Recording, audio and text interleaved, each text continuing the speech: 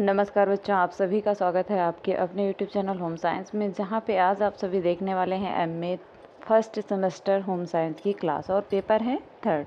Okay, paper 3 है gender and development. Okay, जैसा कि आप सब देखते भी होंगे एमए 3rd सेमेस्टर में भी यही जेंडर एंड डेवलपमेंट पढ़ना है, ठीक, सिर्फ इन एक्सटेंशन करके। ओके, तो आप सब अगर एमए फर्स्ट सेमेस्टर में बहुत अच्छी तैयारी रखेंगे तो 3rd सेमेस्टर में भी ये आपके लिए बहुत ही बेनिफिट होगा।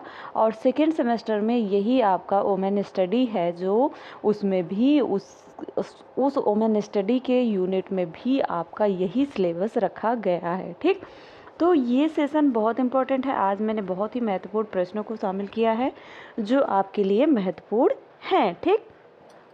तो जो पहली बार जुड़े हैं जल्दी से चैनल को सब्सक्राइब कर लें, वीडियो को अधिक से अधिक शेयर करें, लाइक भी अवश्य कर लें, क्योंकि यदि आप सब लाइक करते हो तो मुझे भी पता चलता है कि आप सबको कितना वीडियो पसंद आ रहा है। तो ये आपके ऊपर डिपेंड है। अगर आपको पसंद आ रहा है तो लाइक करिए, नहीं पसंद आ रहा तो मत करिए, ठीक।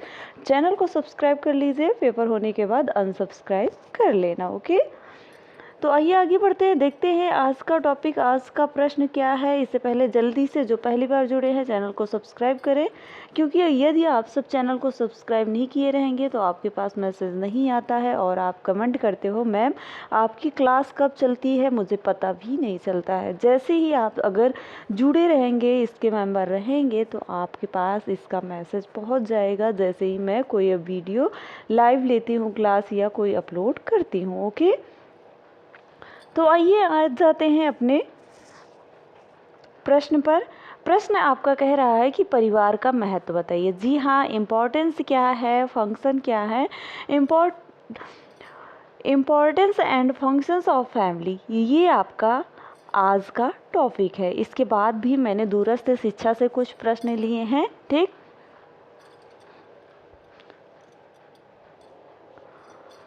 तो परिवार का महत्व क्या है, आइए जानते हैं। फैमिली क्या होती है, आप सबको पता है परिवार बहुत ही महत्वपूर्ण होता है, क्योंकि आप भी किसी न किसी परिवार से बिलोंग करते हैं। तो चलिए हम अपने बुक के द्वारा देखते हैं अपने प्रश्न का आंसर।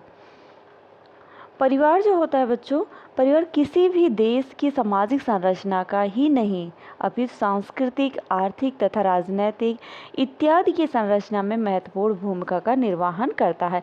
मान लो सांस्कृतिक रूप से, आर्थिक रूप से, राजनीतिक रूप से अगर आप कोई पूछता है कि परिवार की क्या भूमिका है, तो आप क्या बताएंगे? तो बच्चों ये जो होता है, आप राजनीतिक रूप से आप मान लो किसी एक दल के हैं तो वो आपका परिवार ही कहलाता है। जितने भी गढ़ होते हैं या आपके साथी संबंधी होते हैं, जिस टॉपिक पर कार्य कर रहे होते हैं, वो एक परिवार की तरह ही होता है। लेकिन परिवार वो नहीं, आज हम अपने गृह जो घर होता है उसमें जो परिवार रहता है उसके बारे में चर्चा करेंगे, ठीक। तो कोई भी मनुष्य चाहे वह कितना भी सक्षम हो, क्या हो, कितना भी सक्षम हो, परंतु उसे परिवार की आवश्यकता होती है। हर जगहों पर कितना भी आप डेवलप हो जाएं, लेकिन एक फैमिली जो होती है इसकी आवश्यकता बहुत ज़्यादा होती है, क्योंकि बिना परिवार के कुछ भी है नहीं, ठीक। बिना परिवार के व्यक्ति के जीवन की कल्पना करना भी मुश्किल है, क्योंकि परिवार का महत्व जो होता है वो तथा कार्य जानने से पूर्व इसके प्रकार जानना अत्यंत आवश्यक होता है। आइए जानते हैं परिवार के प्रकार कौन से होते हैं। बच्चों ये प्रश्न बार बार पूछा जाता है, बहुत इंपॉर्टेंट है। अगर आप सोशोलॉजी पढ़ रहे हैं उसमें भी आप देखते होंगे कि परिवार 2 प्रकार के होते हैं। कौन कौन से होता है? एक संयुक्त परिवार होता है, एकांकी परिवार। अक्सर पूछा जाता है, होम साइंस में भी पूछा जा चुका है कि संयुक्त परिवार क्या है, ठीक। अभी हाल ही में इसका पेपर हुआ था यूपीएससी का स्टाफ नर्स का, उसमें पूछा गया था संयुक्त परिवार में कौन कौन रहता है। 4 ऑप्शन थे, माता पिता रहते हैं, दादा दादी रहते हैं और चाचा चाची रहते हैं, आदि रहते हैं। तो इसमें आपको बताना था, और ये भी था कि चचेरे भाई बहन भी रहते हैं। तो आप के लिए ऑप्शन रखा गया था।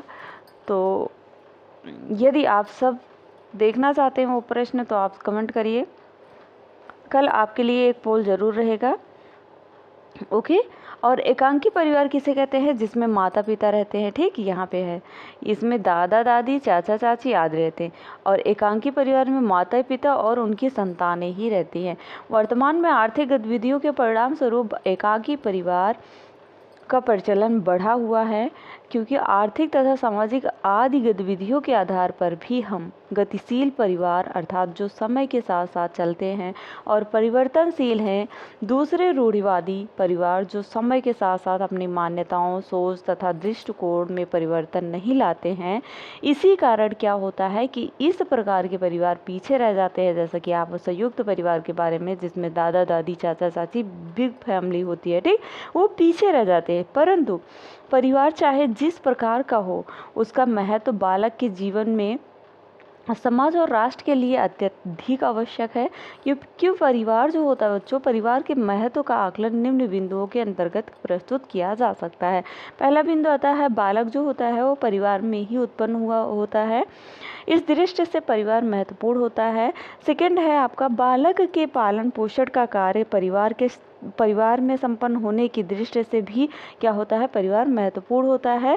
थर्ड है आपका, परिवार से ही रहन सहन, बोल चाल इत्यादि की शिक्षा मिलती है। अतः यह जीवन की प्राथमिक पाठशाला के रूप में महत्वपूर्ण होती है। प्रथम पाठशाला कौन सी कहलाती है? आपका परिवार कहलाता है। प्रथम गुरु कौन कहलाता है? आपकी माता कहलाती है ना। तो ये सब आपको पता ही होगा। 4 है क्या, परिवार से ही संवेगात्मक तथा मनोवैज्ञानिक सुरक्षा प्राप्त होती है। संवेगात्मक सुरक्षा क्या है? जैसे कि आप बोलते हो ना, तो संवेग रूप इमोशन टाइप में ये आपकी सुरक्षा और मनोवैज्ञानिक सुरक्षा आपको कहाँ से मिलती है? अपने परिवार से, ठीक। 5 आता है, परिवार चारित्रिक उन्नति, व्यक्तित्व विकास तथा समुचित भी शिक्षा की व्यवस्था करने के कारण महत्वपूर्ण होता है। चारित्रिक उन्नति जो आपका चरित्र है आपके परिवार से ही है ना। जो एक बच्चा होता है, यहाँ पे आपने देखा होगा, फ्राइडे ने कहा था कि ह्यूमन डेवलपमेंट में पढ़ा होगा, फ्राइडे ने कहा था कि जो बच्चा होता है, आप मुझे एक बच्चा दो और मैं उस बच्चे को अपने अनुरूप बनाऊंगा, है ना। जैसा कि कह सकते हैं कि अगर आप कोई बच्चा जो होता है जन्म लेते ही नहीं वो सब कुछ सीखता है। आप जिस स्थिति में, जिस एटमॉस्फेयर में, जिस तरह से उसका लालन पालन करेंगे उसी तरह वो बन जाता है, ठीक। 6 है समाजीकरण, जिसे हम सोशलाइजेशन बोलते हैं। इसकी प्रक्रिया में ही संपन्न होती है और प्रेरणा तथा सीखने के लिए वातावरण का सृजन परिवार द्वारा किया जाता है। 7 है कर्तव्य निष्ठा, त्याग, धैर्य, ईमानदारी, सहयोग तथा परोपकार आदि गुणों का विकास परिवार में रहकर ही संभव होता है, ठीक। उसके बाद 8 आता है, परिवार जो होता है बच्चों वो बालक का स्वाभाविक विकास करने के कारण महत्वपूर्ण होता है। 9 है, अनुशासन की नींव परिवार से ही पड़ती है, अतः परिवार महत्वपूर्ण होता है। और 9 के बाद 10 है, अनुशासन की नींव, जैसे कि कोई भी आपके अंदर डर रहता है ना, मेरे पापा ये कहेंगे, मम्मी ये कहेंगे, भाई ये कहेगा, अगर हम इस राह पे चलेंगे, ये कार्य करेंगे, अगर हम अच्छा नंबर नहीं लाएंगे तो हमको घर से डांट पड़ेगी। तो यही है आपका अनुशासन, ठीक। सामाजिक उत्तरदायित्व तथा देश प्रेम की भावना का विकास भी कहाँ से होता है? आपके परिवार से होता है, ठीक। समानता तथा न्याय के आदर्शों का विकास परिवार से ही होता है। परिवार की ही जाति पाति ऊंच नीच इत्यादि संकीर्णीय विचारों से मुक्त होकर उदारता की शिक्षा प्राप्त होती है। अगर आपकी फैमिली में छुआछूत, जात पाति और ऊंच नीच की भावना रखी जाएगी तो आपका बच्चा भी वैसे ही डेवलप होगा। वो भी इसलिए इस बच्चे को ये शिक्षा बिल्कुल न दें और विचारों से मुक्त रखें, संकीर्ण विचारों से मुक्त रखें। 13 नंबर है आपका, परिवार जो होता है लैंगिक मुद्दों पर संवेदनशीलता तथा समानता का दृष्टिकोण विकसित करने की दृष्टि से महत्वपूर्ण होता है। और परिवार से पुश्तैनी धंधों की शिक्षा प्राप्त होती है। और परिवार से क्या होता है, परिवार सांस्कृतिक विरासतों को हस्तांतरित करने के कारण भी बहुत ही महत्वपूर्ण होता है। अब आइए बता देते हैं, 14 नंबर है, जो परिवार में पुश्तैनी धंधों की शिक्षा प्राप्त होती है। मान लो आपके घर में कोई कार्य हो रहा है, पुश्तैनी रूप से वो चलता आ रहा है, तो आपको उस कार्य के प्रति आप घर में ही सीख जाएंगे, है ना। दूर सीखने की आवश्यकता ही नहीं पड़ेगी। उसके बाद सेकंड प्रश्न आता है, दूरस्थ शिक्षा प्रणाली से क्या तात्पर्य है, इसकी विशेषताएं बताइए। ओके,